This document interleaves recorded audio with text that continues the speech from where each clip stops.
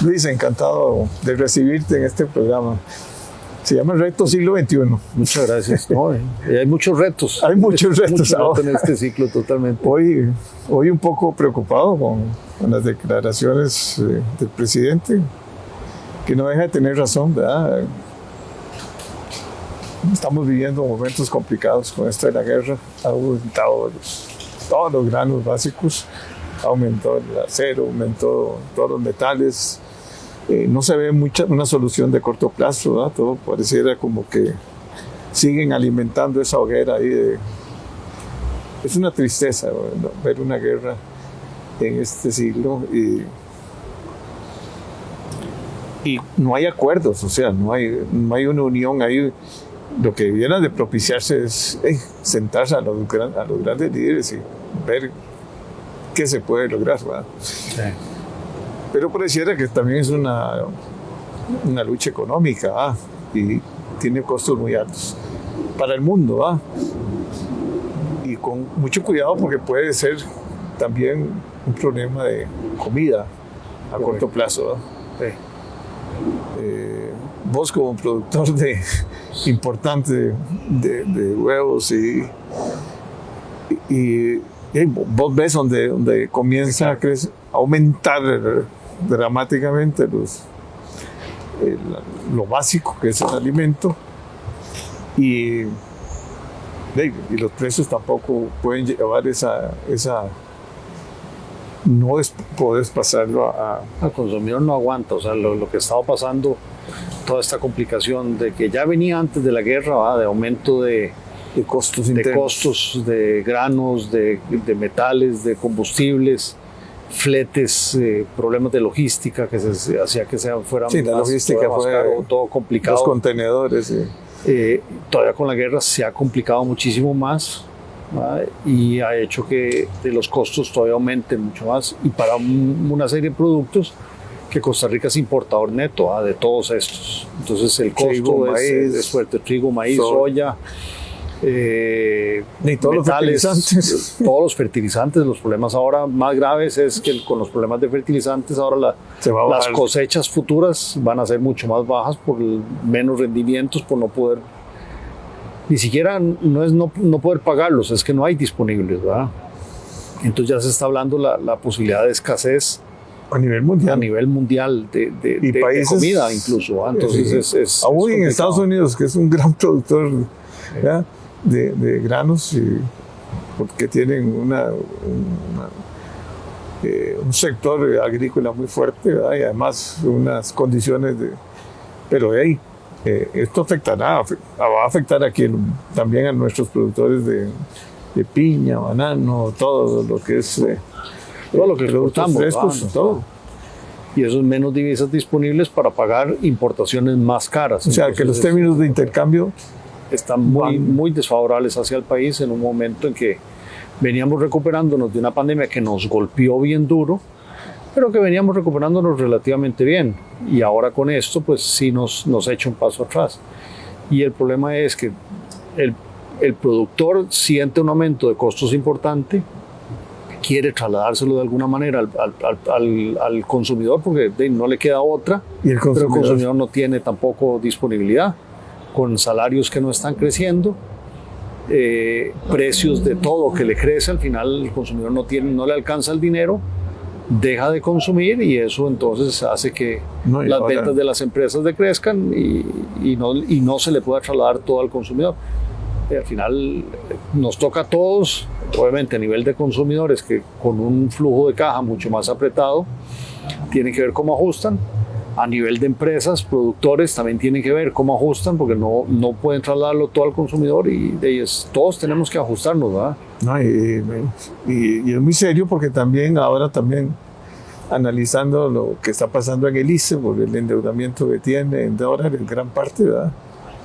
Y ahora dicen que el tipo de cambio también tienen que pasarlo en la factura, y si es que aplican el NIF también, que ya por dicha el presidente se plantó, y ojalá que la Junta Directiva lo haga así, pero eso es un problema de flujo de caja, porque ahí tienen vencimientos y tienen si reciben colones y deben dólares, es lo mismo que le está pasando a casi 400,000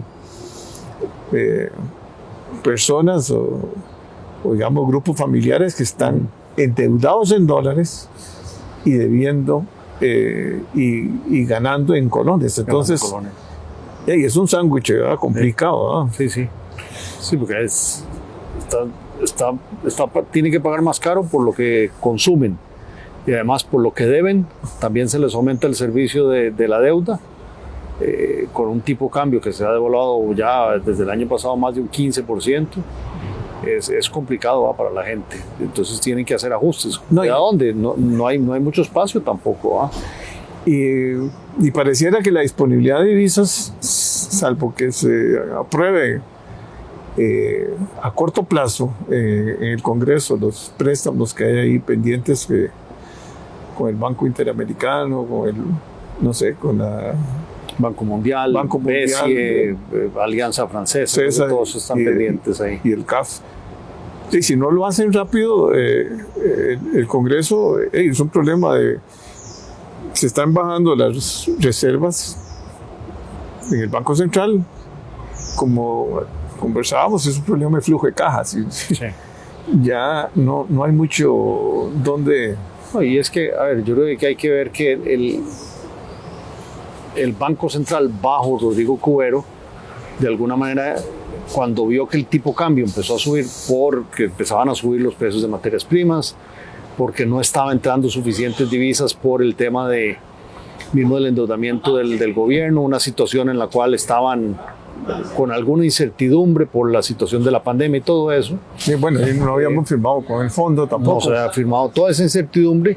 Bueno, y con tasas de interés a nivel internacional muy bajas, pero aquí también muy bajas, ¿verdad? Porque se adoptó una política monetaria muy expansiva, bajar tasas de interés, imprimir dinero, tasas por el suelo, a donde se empieza a devaluar un poco el colón, la gente hace números y dice, no, me pagan 0 en dólares, pero en colones me pagan 3 o 4, pero el colón se está devaluando 10. 10, sí. No hay que hacer mucha matemática. No hay que ser un genio ni un economista. Los fondos de pensión, que son muy importantes, están trasladando parte, digamos. Han trasladado una parte significativa de los ahorros, que son los ahorros nuestros, de todos nosotros, protegiéndonos de no mantenernos en una moneda débil, diversificando, que es lo lógico que se tiene que hacer, porque estaban concentrados los fondos de pensiones en bonos de gobierno, 100% en bonos de gobierno, 100% Costa Rica, 100% en colones, no 100%, pero casi todo. Ahora tienen un poco más diversificado, que es lo justo, pero bueno, eso tuvo un efecto sobre el tipo cambio adicional. El Banco Central, bajo Rodrigo Cubero, se da cuenta de esto y dice, no, mejor pensando que esto es temporal, entonces empezó a vender divisas para que el tipo cambio no se devaluara tan rápido. Entre más rápido se devalúe el tipo cambio, más rápido la gente se pasa a dólares, por todo esto que estamos hablando. Entonces, el Banco Central trató de dar cierta confianza. De manejar las expectativas. Que no es volátil el tipo de cambio. Que no es cierto que eso va a pasar tanto. Y claro, pierde reservas con la esperanza de que cuando se aprueben todos esos, yo creo que eran más o menos como 2.600 millones de dólares de préstamos, casi 3.000 millones, en ese momento el Banco Central puede comprar los dólares que el gobierno use, los que venda, y con eso repone sus reservas. Esa era la idea.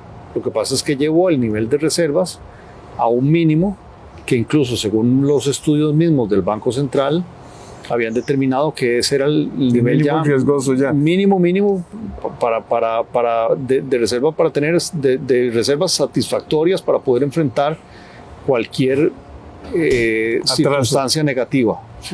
Bueno, ya se dio. Pero ya se dio. Con la guerra se dio esa circunstancia negativa y el Banco Central ya no tiene reservas para poder enfrentar o para tratar de sostener más el tipo de cambio. Entonces, ¿cuál es la salida ahora para que el tipo de cambio no siga devaluando? Es que se aprueben todos estos préstamos. Más inversión. Más inversión extranjera directa, que el presidente va para Davos y ahí debería traer, pero eso no es de la noche a la mañana. No, eso se lleva su rato. Se va a llevar su rato. Y tal vez bueno, readecuar algunas deudas que tiene el gobierno, ¿verdad? Que eso es otra cosa, ¿verdad? Se vencen. Bueno, mucho de los esos 3.000 millones de dólares que vienen es para cambiar lo que llaman deuda cara por deuda barata, deuda más corta por un poquito más larga, readecuarla y que no apriete el flujo de caja, pero igual el vencimiento, los vencimientos de este año y de los próximos 4 o 5 años. 15.000 millones en total. Son más de 3.000 millones de dólares por año. Solo vencimientos, más todavía el déficit fiscal que se tiene, que cada año hay que financiar, que aún tenemos, sobre todo. O sea, va a seguir aumentando la deuda. Y hay que hacerlo porque si no, el problema social también se nos viene encima. O sea, según el plan de sostenibilidad de la deuda del gobierno pasado, que este gobierno dice que lo va a 63%. Bueno, ya estamos en 68, ¿verdad? Porque con la crisis se nos subió más. Pero ya este año debería bajar la deuda. O sea, sigue habiendo deuda, pero con respecto al PIB, con un crecimiento normal del PIB, debería ser un aumento sostenible de la deuda y el año entrante ya que empiece a bajar un poco más y eventualmente. Claro, vienen un montón de necesidades ahora.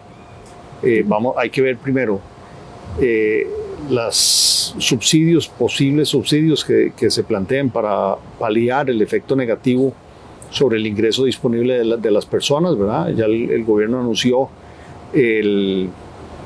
la posibilidad de dar subsidio al transporte público, pero a las personas, 200 millones de dólares que venían de un préstamo, bueno, dedicarlo a eso, y todo eso es más gasto, aumenta el déficit, aumenta la deuda, y también van a haber efectos negativos sobre la actividad económica. La gente no alcanza la plata, claro.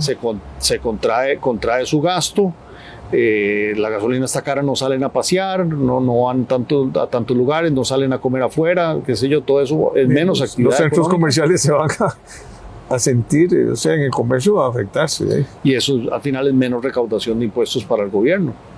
Entonces se afecta sí podemos tener un escenario en el cual la deuda que se suponía que ya iba a empezar a bajar, tal vez no baje por todos estos efectos negativos. Pero esto está sucediendo a nivel mundial. Yo me imagino que los organismos internacionales, no sé, van a tener que suavizar un montón de cosas, ¿verdad? Sí. No muchas, pero por el problema social que estamos viviendo y que se va a agravar si no se toman medidas. Sí.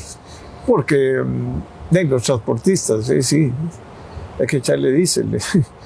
Y el diésel creció el precio internacional primero, porque parece que la gran producción de diésel se daba en la parte esta de Ucrania y Rusia. Entonces, como que la demanda hace subir los precios. Y no se ve a corto plazo que esta guerra y esto es grave, o sea,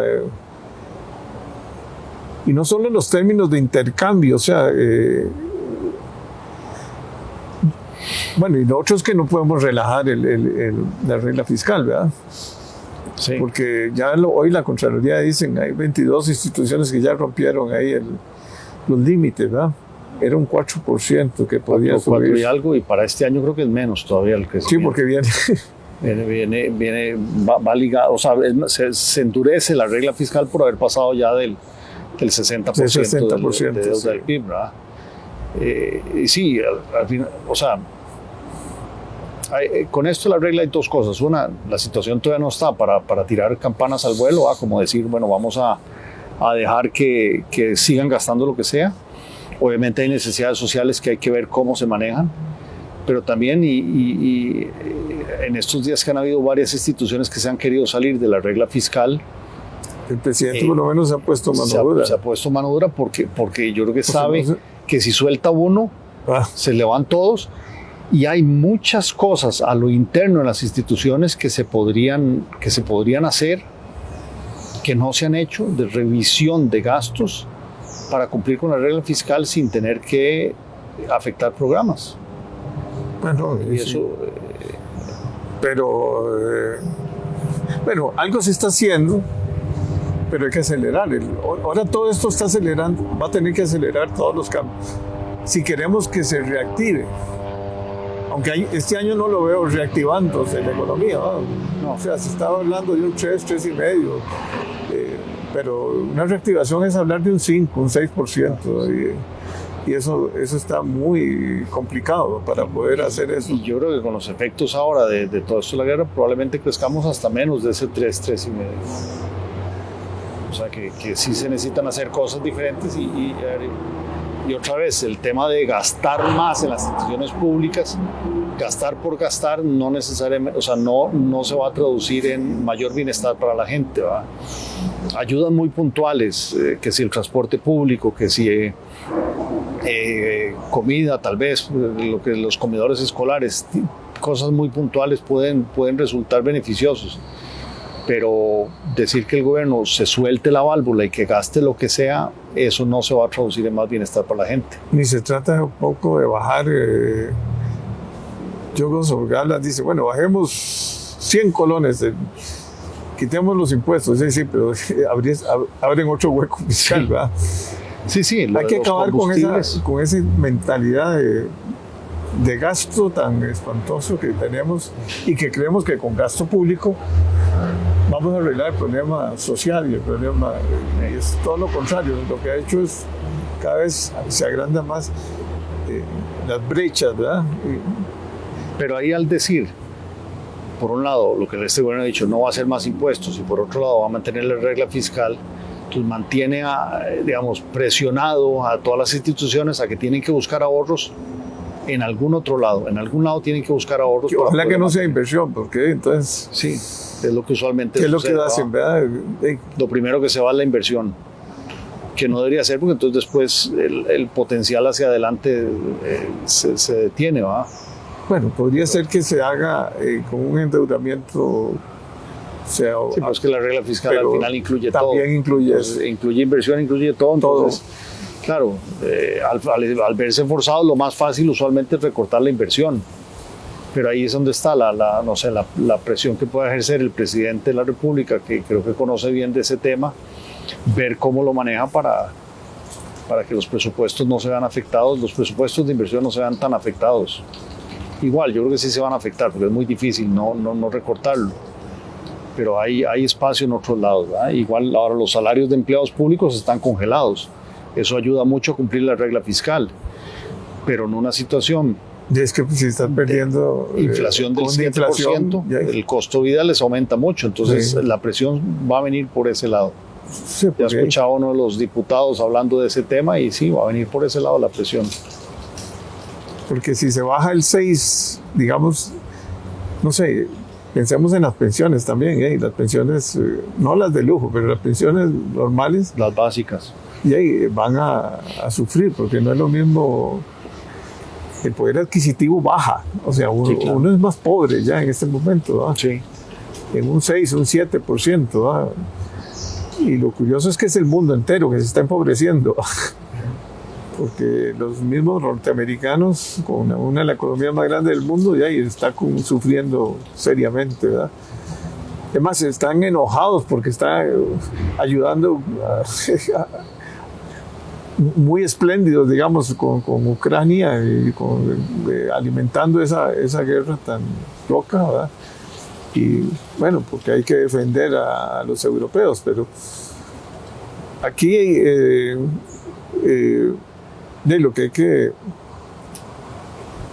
pensar es que estamos en una situación casi de guerra, o sea, y que las familias tienen que buscar un sacrificio y habrá que posponer muchas cosas, viajes, y lo que no es necesario, ¿verdad? Porque si no hacemos eso, vamos a tener peores... pero hablar de cómo impulsar la producción y cómo volver a hablar de reactivación económica, ya no es con más gasto de gobierno. No, hay que buscar cómo somos más productivos cada uno de nosotros, ¿verdad? Cada uno. Y en eso me parece que el gobierno ha venido anunciando pasos que van en la dirección de buscar cómo somos más eficientes, ¿verdad? Sí. En el tema de las moléculas para el sector agropecuario, que Ya durante tanto tiempo no se había 20 años renovado, ¿verdad? Bueno, ahora ya hay una mayor apertura. Lo de las NIF en el ICE, ¿verdad? Al final es forzar que el ICE también sea más eficiente y que no nos traslade el costo de energía a todos nosotros. El esquema de los precios del arroz. El caso del ICE, vamos a ver, tienen una deuda monstruosa, 5 mil millones de dólares casi. Pero bueno, ya ahora con esto van a tener que pensar todavía más a ver cómo hacen para reestructurar la deuda para hacerla más razonable. Pero primero tenés que bajar gastos, ¿verdad? Así. Internos, porque ahí hay un ICE súper inflado, ¿verdad? Y proyectos, que fracasados, no tienen nada que ver. Con costos elevadísimos, bueno, van a tener que hacerlo más. O sea, pero las tortas del pasado, es cierto, ahí están. Ya no hay nada que hacer. Pero bueno, ya eso están en el costo de la electricidad, de alguna manera están.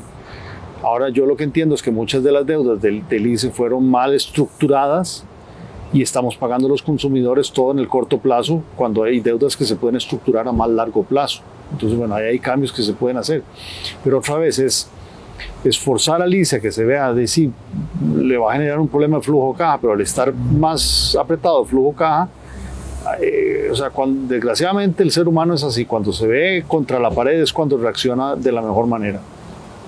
Que se vean un poco más presionados, van a tener que buscar esas eficiencias internas, ahorrar gastos, mejorar proyectos, o sea, yo creo que hay espacio para todo eso. Y el otro es la caja, el Seguro Social. O sea, son instituciones que tienen un peso grande en la economía nacional y que si no entran también en un proceso de ajuste, el gobierno no va a tener ninguna capacidad ni de pagar deudas. O sea, el gobierno está en esto muy limitado y lo tienen que entender los sindicatos. Sí. Los sindicatos son los que por muchos años han vivido en una fiesta con los ingresos para ellos, porque secuestraron básicamente muchas instituciones, ¿verdad? Y al final se vuelve un círculo vicioso, porque entonces son más beneficios para los empleados, pero más sin rendición de cuentas. Y en el caso de la caja, la junta directiva tiene la potestad de aumentar los impuestos solamente, o sea, no tiene ni que ir a la asamblea. Sí, aumenta cargas sociales como una decisión de 9 personas en una junta directiva y ya está. Y como eso es relativamente fácil, no es fácil de todo, porque igual la gente se queja y tiene que ir a la prensa. Viene la informalidad. Eso aumenta. Bien, pues la gente entonces se va al mercado sistema informal y es tan grande y viene creciendo y puede crecer más, ¿verdad? Con la pandemia creció mucho más y si no nos cuidamos puede ir creciendo mucho más. Pero si todo se le traslada al asegurado pagando por vía de más cuotas, la informalidad cada vez es más grande. Entonces ahí es donde hay que detener y forzarlo, que no puedan hacer eso tan automáticamente para que tengan que buscar eficiencias. Y en todo hay eficiencias. Suena relativamente fácil decirlo, no es tan fácil hacerlo, yo sé, pero si no hay esa presión, al final menos que se hace. Pero nunca, por ejemplo, la caja pareciera que está peleada con la triangulación, o sea, con la posibilidad de que terceros den servicios, o sea, tercerización. Tercerización, o sea, es impresionante eso, o sea, sí.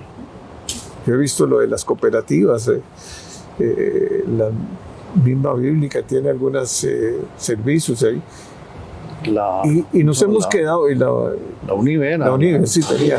Que tenía unas y se las quitaron, y al final pagando más caro, sí. Simplemente por una cuestión de querer tener tanto el control.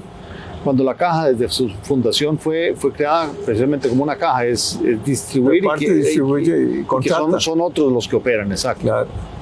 Pero eso se ha perdido por grupos de interés, digamos, diría uno, nada más, grupos de interés jalando para su lado en contra de todos los demás. Pero es otra vez el esquema de, si para mí es muy fácil trasladar mis costos a otra persona, pues entonces se lo traslado. La caja lo hace a través de cargas sociales el ICE, el AIA y todas estas instituciones a través de tarifas públicas. La ARECEP les aprueba Todo. a lo que cueste. A lo que cueste. No importa lo que costó, a lo que cueste, se lo apruebo. Eso no puede ser, eso hay que cambiarlo. Y ahí está mal estructurado totalmente. Bueno, porque si no hay competencia, no hay posibilidades de bajar costos. O sea, cuando uno es una institución que prácticamente es un monopolio, ¿verdad? Caso de, no sé, casi que uno podría dividir el ICE en varias divisiones y poner a buscar también a hacer alianzas público-privadas. Hay en algunas de esas divisiones sí puede haber competencia. Bueno, ya compiten telefonía, internet y todo eso. Sí. Pero en generación también podría competir. En Claro. transmisión tal vez no, ahí sí hay un monopolio natural. Pero podría haber participación de capital y hacer una capitalización, digamos. Porque uno lo que puede hacer es abrir un poco de capital, capitaliza. Eso no es privatizar, tener la mayoría. Lo han hecho muchas instituciones en el mundo entero. Con un costo de financiamiento mucho más bajo que el que salir a endeudarse y más largo plazo. Y además se mide mucho la productividad y sobre todo que hay tienen que rendir cuentas, ¿verdad? Es que lo que le preocupa a uno es que ninguna institución rinde cuentas. Sí. O sea, es cuesta tanto, sí, pasen las tarifas y la ARECEP aprueba, porque tienen un modelo estructurado que nada más es la suma. Y por ejemplo, en el caso del ICE, en cambio de meter las NIF, entonces sacamos reventazón y las otros proyectos, y esos no son NIF. O sea, por dicha ahora el presidente se plantó y dijo, no, todo es NIF, ahora digan la verdad. ¿Cuánto cuestan las cosas? Que refleje lo que en verdad Que refleje. Ahora, la economía tiene que venir de interna, ¿no? Y bueno, muchas gracias. De verdad que es un placer conversar sobre temas tan importantes como este. Sí, con mucho gusto y gracias por invitarme. Ahí te invitaré otra vez. Y definitivamente hay muchos retos en este siglo XXI, así que hay que seguir hablando sobre ellos para tratar de enfrentarlos mejor, ¿verdad? Lo que se quiere es como es una conversación, es profundizar un poco y educar a mucha gente sobre la problemática que estamos viviendo, que no piensen que es algo sencillo, esto es complicado. Que el Congreso se dé cuenta también, que tome conciencia de la importancia de analizar todas las variables macroeconómicas y microeconómicas, ¿verdad? Porque la situación está complicada. Sí. Veníamos saliendo, uno sentía cierto ajuste, ¿verdad? Sencillo, y ahora viene otro golpe. Ya comienza como a uno bueno, el mismo presidente decía que era muy fácil, ¿verdad? Sí. Que se iba a comer la bronca. Bueno, se le está comiendo en algunos casos, ¿verdad? Sí. Por lo menos valiente en cuanto a decir las cosas, ¿verdad? Sí. No ocultar, porque no hay nada peor que un pueblo que le ocultan las cosas, ¿verdad? Así es. Y es muy directo para hablar y muy directo para actuar, ¿verdad? Que se equivoque a veces, pues sí, se equivocará como todo ser humano y tendrá que rectificar, pero ahí yo creo que sin esconder las cosas, conversándolas y hablando, yo creo que podemos salir adelante como país y sí, es un efecto negativo fuerte esto de la guerra y de lo que ya venía de antes, pero podemos salir adelante. Pero Costa Rica tiene mucho activo y un gran empuje. Somos un país privilegiado. No hablamos de educación, pero ese es un tema muy importante. Totalmente. Que ese para mí es el reto, uno de los retos más importantes. Uno de los retos. Bueno, Luis, encantado. Bueno, Jorge, gracias.